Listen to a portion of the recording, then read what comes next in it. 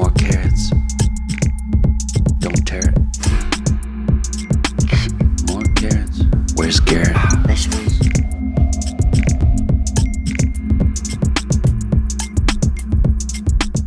Oke, 1, 2, 3, 4, jer.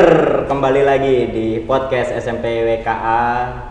Kita sekarang balik lagi ke ngobrol seputar studi. Oke, hari ini kita kedatangannya guru yang cukup istimewa, di mana guru ini bertanggung jawab untuk kelanjutan karir ataupun kelanjutan studi untuk anak-anak di SMP WKA 2, yaitu Ibu Della Juliarti Puspita. Apa kabar Ibu?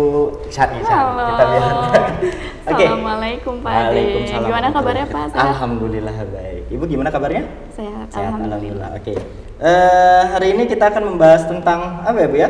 Hari ini paling kita bahas tentang seputar studi anak-anak SMP WKA 2. Ibu kan di sini kan sebagai guru BK, singkatan dari BK, bimbingan konseling. Artinya Ibu yang bertanggung jawab tentang bagaimana keadaan siswa, bagaimana Betul. seperti ini ya. Oke. Iya. Nah, sekarang kan lagi ini ya Bu ya, lagi masa pandemi ya.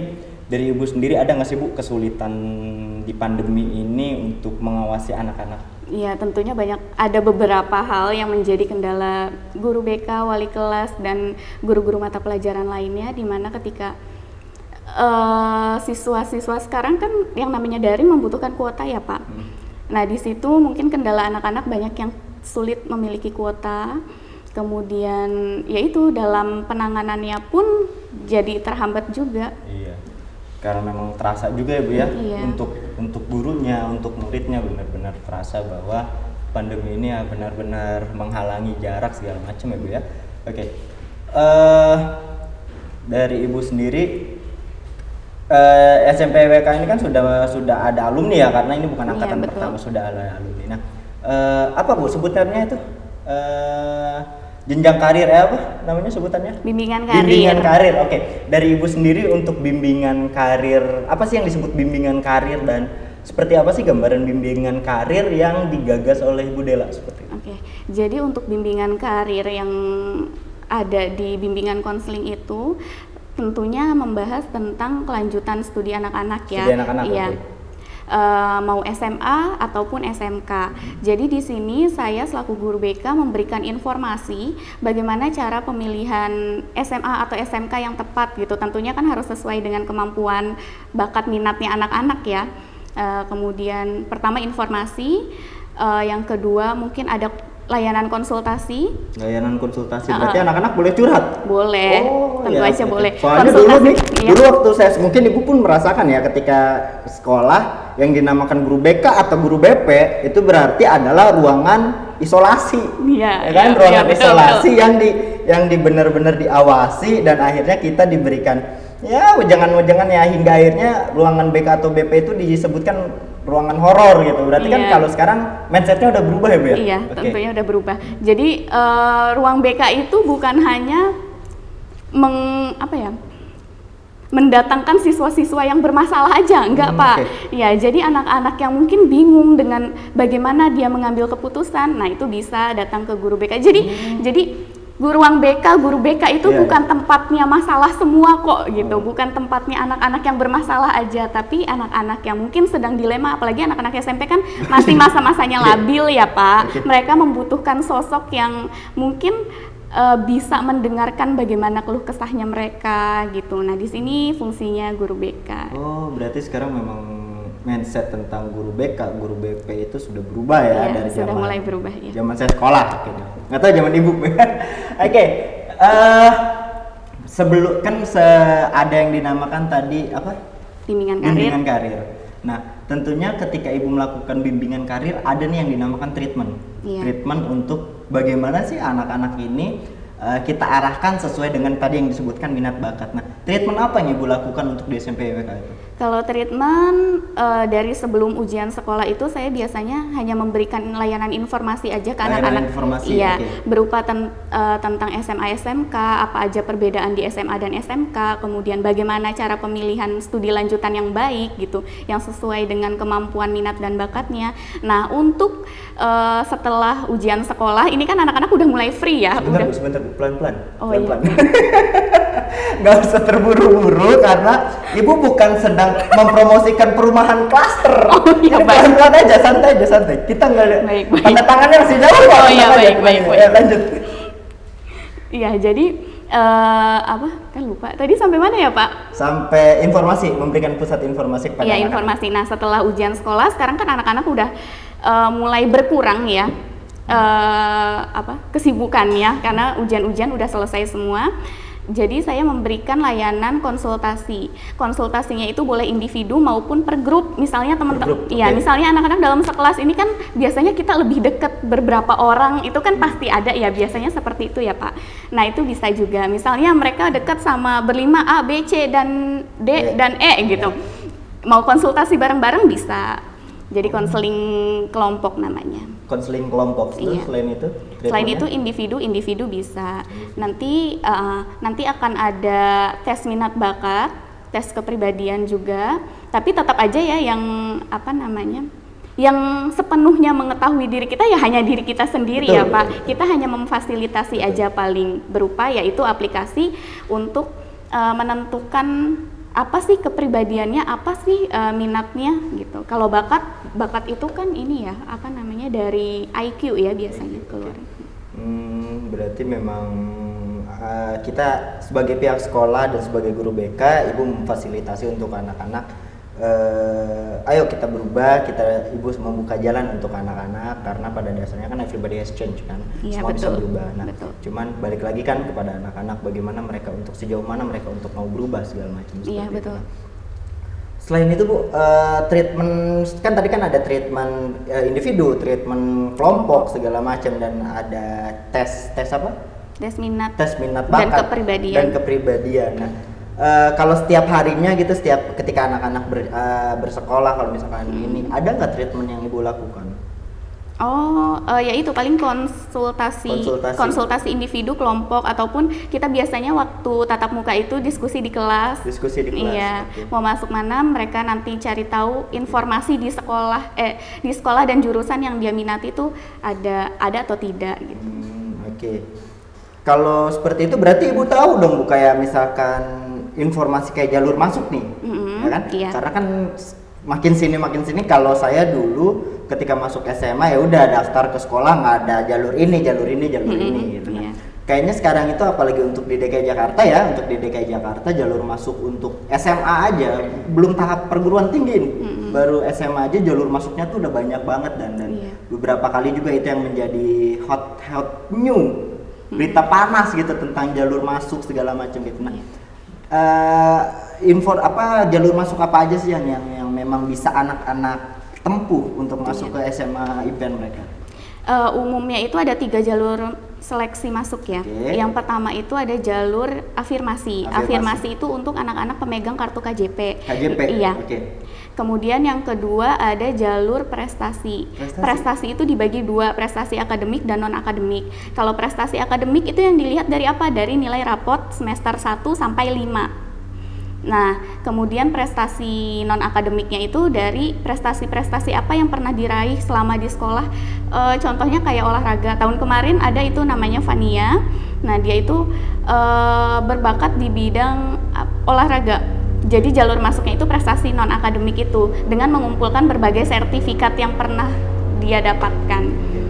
Selanjutnya yang terakhir itu ada jalur zonasi. Nah, zonasi ini dari tahun ke tahun tuh memang ada perubahan, Pak. 2 tahun yang lalu zonasi ini berdasarkan jarak dari rumah ke sekolah. Semakin dekat jarak rumah ke sekolah, maka semakin besar kemungkinannya anak itu diterima di sekolah yang mereka tuju.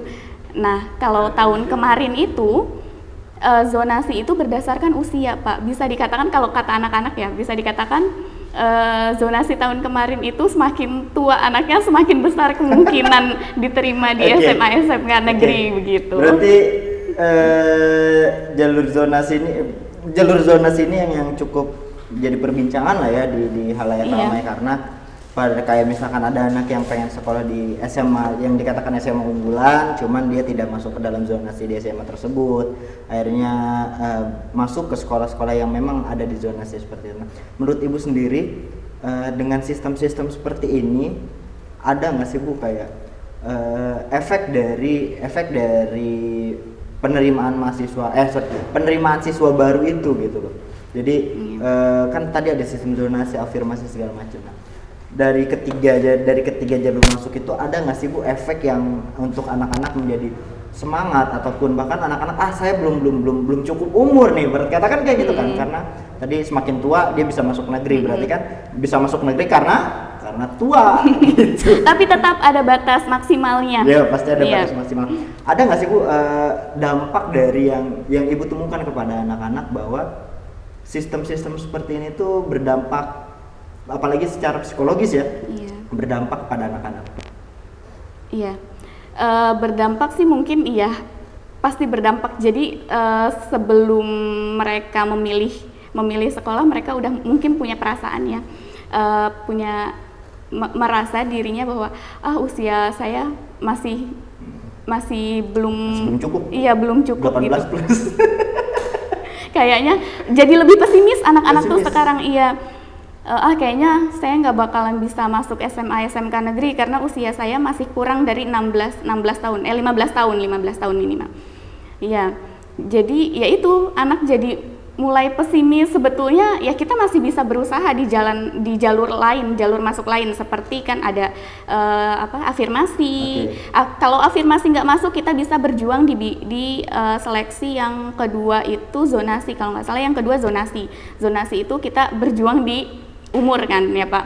Nah kalau tidak masuk juga di di afirmasi, bisa dilanjutkan daftar di prestasi akademik maupun non akademik. Kalau akademik kan berarti dari nilai rata-rata rapot semester 1 sampai semester 5. Oh, jadi memang setiap jalur masuknya itu artinya memang memiliki kelonggaran ya Bu ya. Artinya kan kayak yang pertama adalah sistem zonasi ya, dari sistem zonasi kalau memang umurnya tidak mencukupi, tapi kan ada jalan lain kan, lain yaitu afirmasi dan prestasi seperti itu. Jadi sebenarnya udah nggak ada alasan untuk anak-anak, aduh saya pesimis segala macam ya, tinggal dikejar di afirmasi ataupun di prestasinya kan. Yang sulit adalah mereka yang sudah tidak cukup umur tidak mau mengejar di afirmasi dan prestasi. Itu yang lebih sulit karena ya mungkin Ibu pun merasakan bahwa ketika kita memiliki afirmasi dari nilai raport, ketika kita memiliki prestasi segala macam, pada dasarnya ketika kita sudah masuk sekolah manapun kan pasti dipermudah ya, iya nggak sih? Iya betul. Dipermudah dan kita mendapatkan akses banyak hal seperti itu. Sekarang tinggal anak-anaknya aja kan yang mau nggak nih ngejar ketertinggalan seperti itu. Nah. Iya, makanya Pak untuk kelas 7 dan kelas 8 Bunda Della dan bunda-bunda mata pelajaran lainnya sangat meminta agar harus semangat mereka mengejar nilai, jangan seolah-olah untuk mendapatkan nilai aja, tapi untuk kemampuan dirinya juga ya Pak ya. Karena itu mempengaruhi untuk PPDB, SMA dan SMK, apalagi yang punya cita-cita untuk masuk di SMA SMK negeri ya Pak. Nah, jadi kalau udah nggak masuk di afirmasi, bisa di zonasi, kalau nggak masuk juga bisa di prestasi. Makanya nilai itu kan bisa menentukan juga di jalur prestasi akademik. Kalau Bu Della dulu masuk jalur apa? Saya dulu rapot. Dulu rapot. Iya rapot. Dulu nggak ada ya. Ini UN dari nilai UN kan. UN ya. Iya, udah top dari itu aja. Iya sih betul. Kalau saya nilai UN nggak dilihat Bu, karena nilai UN jelek. Ya udahlah nggak usah dibahas di sini. Tapi prestasi. Ya alhamdulillah itulah ada. Ya lumayan lah kalau saya, ya itu tadi kalau misalnya saat itu saya nggak punya prestasi ya mungkin nggak dapet ini juga kan. Nah di SMA itu ada beasiswa nggak sih Bu? Karena kan ya kita tahu lah ya dengan kondisi pandemi seperti ini banyak anak-anak, banyak orang tua bahkan yang buat anak sekolah segala macam, sampai akhirnya ada anak-anak yang memilih bekerja daripada bersekolah kan, seperti yang sekarang yang lebih lagi viral tuh yang tentang manusia silver segala macam, anak-anak yang putus sekolah akhirnya jadi manusia silver, terus ngarak ondel-ondel segala macam. Ya sebenarnya itu baik untuk mereka bawa ini, cuman terkadang kan mereka lupa bahwa tanggung jawab mereka adalah sebagai untuk pelajar. Bersekolah. Iya. Nah, gimana tuh Bu untuk masalah beasiswa? Jadi untuk beasiswa ini anak-anak yang udah mendapatkan KJP di SMP, itu bisa dilanjutkan nanti di SMA, pengajuan KJP, Kartu Jakarta Pintar. Kartu Jakarta Pintar. Iya. Hanya untuk orang pintar apa gimana Bu? Siapa aja berhak. Siapa aja berarti berhak ya? Iya. Oke. yang didominankan itu yang kurang mampu secara ekonomi. Iya. Kemudian mungkin nanti ada beasiswa lain ya yang ditawarkan dari dinas pendidikan biasanya seperti itu. Oke. Kalau misalkan di bidang, kalau saya jujur saya ketika SMA pun dapat beasiswa, cuman saya dapat beasiswa di bidang olahraganya. Kalau untuk di DKI sendiri ada nggak sih beasiswa di bidang olahraga? Kan tadi kan ada jalur prestasi seperti itu kan. Nah ketika di jalur prestasi selanjutnya itu ketika mereka sudah masuk, apakah ada beasiswa dari jalur prestasi tersebut? Iya, bisa dari itu paling KJP, kemudian nantinya mungkin ada reward dari sekolah pribadi atau dari pemerintah. Mungkin kalau apalagi udah nasional atau sampai go internasional lebih besar lagi mungkin ya. Betul, karena memang ya yang saya rasakan juga seperti itu dulu, tapi nggak tahu sekarang udah lama juga kan. Oke, tadi kita udah bahas ini segala macam, kita udah bahas beasiswa segala macam. Terus ibu sendiri punya target nggak sih Bu, setiap tahunnya itu anak-anak yang bisa masuk negeri itu berapa persen? Dan ibu di YPK ini udah berapa tahun? 2 tahun. 2 tahun, terhitung berarti mau 2 tahun. Mau 2 tahun. Apa mau 3 tahun ya? Dari 2019 akhir. 19 akhir ya, berarti 2 tahunan lah ya, kita hitung 2 tahun. Berarti kan sudah dapat 2 alumni ya? Baru kemarin. Oh, baru kemarin. Alumni kemarin alumni aja. Baru kemarin ya. Ya. Oke. Sesuai target nggak dengan alumni? Sorry, bentar. Oke. Masih kurang sih. Masih kurang. Oke. Karena target saya tuh paling tidak ada 80% anak-anak yang diterima di SMA SMK negeri. Kemarin itu baru 30-an persen lah. Oke, 30%. Iya. Tapi pasti ada peningkatan dong dari tahun sebelumnya dong. Iya betul, alhamdulillah ada peningkatan. Paling banyak SMA negeri mana? Ada dari 30 SMA 31. SMA 31. 30. Kebanyakan sih SMK. SMK ya? Iya. Karena anak-anak bermindset bahwa udah SMK dilatih kejuruan untuk langsung bekerja. Mungkin seperti itu ya, kebanyakan mindsetnya seperti itu. Padahal ya menurut saya pribadi SMA ataupun SMK tergantung mau belajar apa enggaknya kan kayak gitu. Ibu dulu SMA SMK? SMA berapa? 36. Oh, buat SMA 36 nih gurunya masuk YouTube. Ya, buat alumninya nih. Ciriin aja mukanya, ciriin, oke? Nah, SMA 36 terus SMA 30 segala macam, karena di Jakarta ini kan banyak banget ya Bu SMA ya. Iya, jujur betul. Saya dari daerah ratusan kan. Iya. Saya dari daerah tuh SMA tuh cuman ada 3, SMA tuh cuman ada 3. SMA 1, SMA 2, SMA 3. Terus SMK cuman ada 2. Terus ya sisa-sisanya SMK tuh ada 5, SMK ada 5, jadi sedikit gitu. Sedangkan di sini SMA udah banyak kan. Cuman ya balik lagi kepada anak-anak mungkin ya Bu ya, anak-anak ya kamu mau belajar nggak gitu, jangan sampai di SMA malah menjadi tong kosong gitu kan. Iya betul. Akhirnya mereka tertinggal dengan teman-temannya, karena ya yang kita tahu persaingan di SMA juga kan pasti lebih ketat ya Bu ya.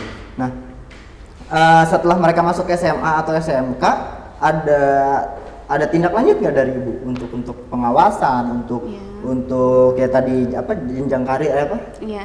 Jenjang karirnya segala macamnya, ada pengawasan nggak dari Ibu? Apakah mereka masih konsultasi ke Ibu segala macam? Kalau udah masuk di SMA SMK paling saya tindak lanjutnya ke wali kelas aja sih Pak. Menanyakan bagaimana udah diterima di mana si A si B gitu. Ya. Selama ini ketika mereka sudah keterima di sekolah-sekolah itu, mereka ada yang datang lagi nggak sih Bu? Saya gini Bu, masih gini ada. Oh masih ada masih ya? Suka yang curhat gitu. Cerita apa aja Bu? Kira-kira. Kebanyakan sih tentang kehidupannya. Berat banget kayaknya SMA ya. Udah cerita tentang kehidupan. Namanya anak-anak ya Pak, anak-anak SMP masih pada labil. Ada yang ya masalah keluarga, ada yang masih suka cerita ke saya, sampai sekarang masih ada. Terus masih ada yang suka minta doa, mau lomba. Nah ya, baru 2 hari yang lalu. Minta doa untuk biar menang final. Biar bisa Popnas, masuk ke Popnas. Oh, Popnas. Berarti sekarang lagi Popda. Pekan olahraga pelajar daerahnya itu seleksi untuk masuk ke Popnas mewakili provinsi seperti itu. Iya. Berarti masih banyak ya Bu ya cerita-cerita. Ada nggak cerita yang sampai nangis kayak gitu Bu, kayak Bu saya gini Bu saya nggak kuat gini ngeluh segala Oh macam. iya, cerita tentang keluarganya sih Pak Tentang itu. keluarganya biasanya. Iya. Terus apa yang Ibu lakukan? Iya, memberi pemahaman bahwa setiap orang tua itu pasti ingin anaknya yang terbaik ya Pak. Nggak ada orang tua yang ingin anaknya semakin negatif gitu. Ya pada intinya kita harus bisa tetap menghargai orang tua. Gitu. Apapun mungkin ada hal yang dilakukan orang tua dan kita tuh nggak sesuai dengan apa yang orang tua inginkan, tapi betul. kita harus bisa melihat bahwa ya mungkin orang tua inginnya seperti itu ada baiknya gitu, biar kita apa gitu. Selain itu berarti sampai sekarang tuh anak-anak masih menjalin hubungan baik dengan ibu, masih menjalin ini ya Bu ya. Oke Bu, sebelum ditutup nih saya pengen dengar closing statement dari Ibu tentang jenjang karir, tentang anak-anak bagaimana kehidupannya SMA, kiat-kiat ataupun kita sebutnya kisi-kisi tentang menjalani hidup SMA. Closing statement dari Ibu dong. Oke, jadi dari Ibu pilihlah SMA, SMK yang sesuai dengan jurusan yang kamu minati, yang kamu inginkan. Jangan memilih asal sekolahnya aja, tapi kita juga harus memilih yang penting jurusannya ada di sekolah itu ya kita pilih begitu.